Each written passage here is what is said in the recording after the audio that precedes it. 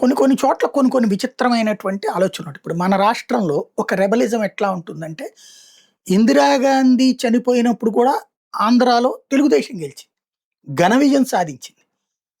అందుకనే అప్పుడు ప్రధాన ప్రతిపక్షం రాహుల్ గాంధీకి, రాజీవ్ గాంధీకి తెలుగుదేశమే. దేశంలోనే. దేశమంతా అటోటేసినప్పుడు ఇక్కడ రివర్స్ ఓట్ జరిగింది.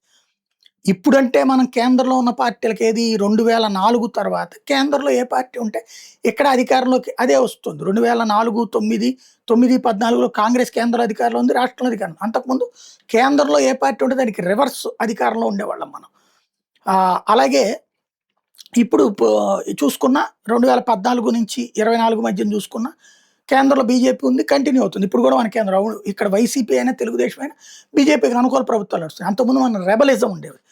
బెంగాల్లో ఎప్పుడూ రెబలిజమే ఉంటుంది. కేంద్రంలో ఎవరున్నా సరే కమ్యూనిస్టులే గెలుస్తుండేవాళ్ళు. కేంద్రంలో కమ్యూనిస్టులు ఎప్పుడు అధికారంలోకి వచ్చారని లేదు కదా.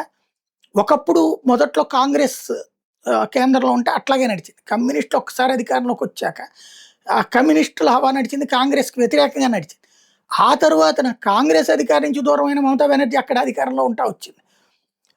బీజేపీ గవర్నమెంట్ ఉన్న 10 ఏళ్లలోనూ 11 ఏళ్లలో కూడా ఆవిడే అధికారంలో ఉంది. అంతకుముందు 2 ఏళ్ళు మాత్రమే ఆవిడ అధికారం ఉంది. అంటే టోటల్గా చూసుకుంటుంటే 15 ఏళ్లలో 14 సంవత్సరాలు 11 సంవత్సరాలు బీజేపీ వ్యతిరేక ప్రభుత్వమే. ఈవెన్ కాంగ్రెస్కి వ్యతిరేకంగా ఆవిడ పెట్టింది పార్టీ ఆ రోజు తృణమూల్ కాంగ్రెస్ అని. కాబట్టి ఆ కమ్యూనిస్టులకు వ్యతిరేకంగానే పెట్టింది, అందరికి వ్యతిరేకం. అక్కడ బెంగాల్ ఏంటంటే సరిహద్దు ప్రాంతం కావడం, ఎప్పుడు ఒక రెబలిజం మెంటాలిటీ. ఇప్పుడు ఆఫ్ఘనిస్తాన్లో ఎప్పుడు ఉగ్రవాద చర్యలే జరుగుతుంటాయి. గాంధార దేశం ఆ రోజున ఉన్నటువంటి శకుని తరహా వ్యవహారాలు 24 గంటలు కుటుంబ కలహాలే ఉంటుంటాయి అనమాట. ఒకరికొకరు కొట్టుకు చేస్తుంటారు. అలాంటి లక్షణం ఎట్టుందో బెంగాల్ అదే లక్షణం. ఎప్పుడూ రెబలిజం. ఇప్పుడు మమతా బెనర్జీ ఎందుకు గొడవ పడుతోంది, రాష్ట్రపతిని కూడా ఎందుకు అవమానిస్తోంది, మోడీని ఎందుకు అవమానిస్తోంది, ఎందుకు భారత్ని ద్వేషిస్తా మాట్లాడుతుంది అంటే అక్కడ ముస్లిం అప్పీజ్మెంటే కాదు, రెబలిజం మెంటాలిటీ ఉన్నది కాబట్టి ఓటుబడి మళ్ళీ తను ఒక పోరాట యోధులుగా గెలిచేటటువంటి అవకాశం ఉంటుంది.